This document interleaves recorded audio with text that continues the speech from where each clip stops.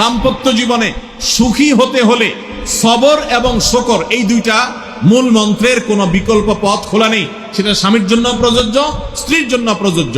স্বামী হিসাবে আপনি স্ত্রীর অনেক অনিয়মতা দেখতে পাবেন, অনেক কিছু দেখতে পাবেন, আপনার আকাঙ্ক্ষা, আপনার চাহিদা, প্রত্যাশার বিপরীত আপনাকে সবর করতে হবে। ভাইরা আমার, আমাদের প্রিয় নবী সাল্লাল্লাহু আলাইহি সাল্লামের দাম্পত্য জীবনে কিন্তু টুনটান সমস্যা হয়েছে। আপনারা মনে করতে পারেন নবী সাল্লাল্লাহু আলাইহি সাল্লামের ঘর, ওনার স্ত্রীগণ সাহাবী, তারা উম্মুল মুমিনিন আমাদের মা, এত মর্যাদাবান মানুষ তারা, তাদের আবার ঝামেলা হয়েছে। ভাই, দাম্পত্য জীবনে টুকটাক সমস্যা তাদেরও হয়েছে। প্রিয় নবী সাল্লাল্লাহু আলাইহি সাল্লাম নিজে একদিন বাসা ছেড়ে মসজিদে নববীতে এসে মন খারাপ করে বসেছিলেন, তিনি বাসায় যাচ্ছেন না, অভিমান করে।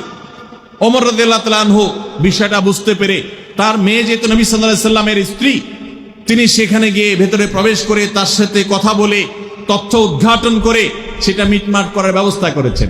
স্বয়ং নবী করিম সাল্লাল্লাহু আলাইহি সাল্লামের জামাতা, ইসলামের চতুর্থ খলিফা আলী রাদিয়াল্লাহু তাআলা আনহু, তার মতে এত মর্যাদাবান মানুষ, তার ঘরে স্ত্রী হিসাবে আছেন কে? মুহাম্মদ সাল্লাল্লাহু আলাইহি সাল্লামের মেয়ে, জান্নাতে নারীদের সর্দার ফাতিমা রাদিয়াল্লাহু তাআলা আনহা।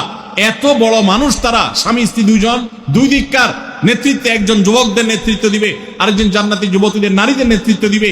এত বড় মর্যাদাবান মানুষ, তাদেরও দাম্পত্য জীবনে কিন্তু টুনটান হয়েছে। একবার আলী রাদিয়াল্লাহু তাআলা আনহু এসে মসজিদে টানটান হয়ে শুয়েছিলেন মাটিতে, মনটা খারাপ, ঘরে একটু হালকা ঝামেলা হয়েছে, তো এই জন্য মসজিদে নববীতে এসে মাটিতে শুয়ে আছেন। নবী করিম সাল্লাল্লাহু আলাইহি ওয়াসাল্লাম দেখে বুঝতে পেরেছেন, টের পেয়ে গেছেন যে কিছু একটা হয়েছে বাসায়।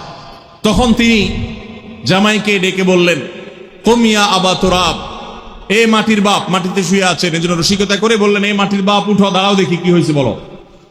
ভাইরা আমার, দাম্পত্য জীবনে টুকটাক সমস্যা হবেই হবে। যারা বিয়ে করেন নাই, আগে থেকে প্রস্তুত থাকেন, বুকে পিঠে ছালার বস্তা সব বেঁধে রেডি থাকেন।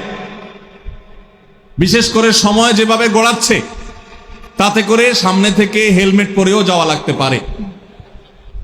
শুধু যাওয়া না, বাসায় ঢোকার সময় বাইক থেকে নামার পর হেলমেটটা আগে খুলবেন না, আগে যা বুঝবেন পরিস্থিতি কি, তারপর হেলমেট খুলবেন। বুঝেন নাই? দাম্পত্য জীবনে টুকটাক সমস্যা হবেই, এটা প্রত্যাশিত। মনে রাখবেন, এই জিনিসটা যদি আপনি আগে থেকে মাথায় রাখেন, তাহলে আপনার কষ্ট অনেকখানি দূর হয়ে যাবে। আমরা অনেকে আকাশ থেকে নেমে পড়ি। কি বলে, এত বড় সাহস, এই কথা বলতে পারে? কেন ভাই আশ্চর্য হচ্ছেন কেন? এর চেয়ে বেশি কথা বলতে পারে। মাথা বাড়ি মারছে, আরে ভাই ছুরি মারে নাই যে এসব করা দেয় করে।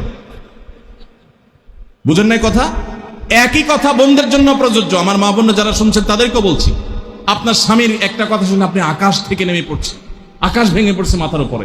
কি এটা বললো সে, আপনি ডিপ্রেসড হয়ে যাচ্ছেন। আরে বোন, ডিপ্রেসড হচ্ছেন কেন? এটা কেন? আরো শক্ত কথা আপনাকে বলতে পারে, এটা আপনি মাথায় রাখেন। কারণ দিন শেষে তিনি মানুষ, তার ভুল হতে পারে, একটা সময় তিনি তার ভুল বুঝতে পারেন। দাম্পত্য জীবনে যদি স্বামী স্ত্রী উভয়ে যদি ধৈর্যশীল না হয়, সবরকারী না হয়, হুটহাট রিয়াকশন করে ফেলে, কখনো দাম্পত্য জীবনে সুখী হওয়া সম্ভব নয়।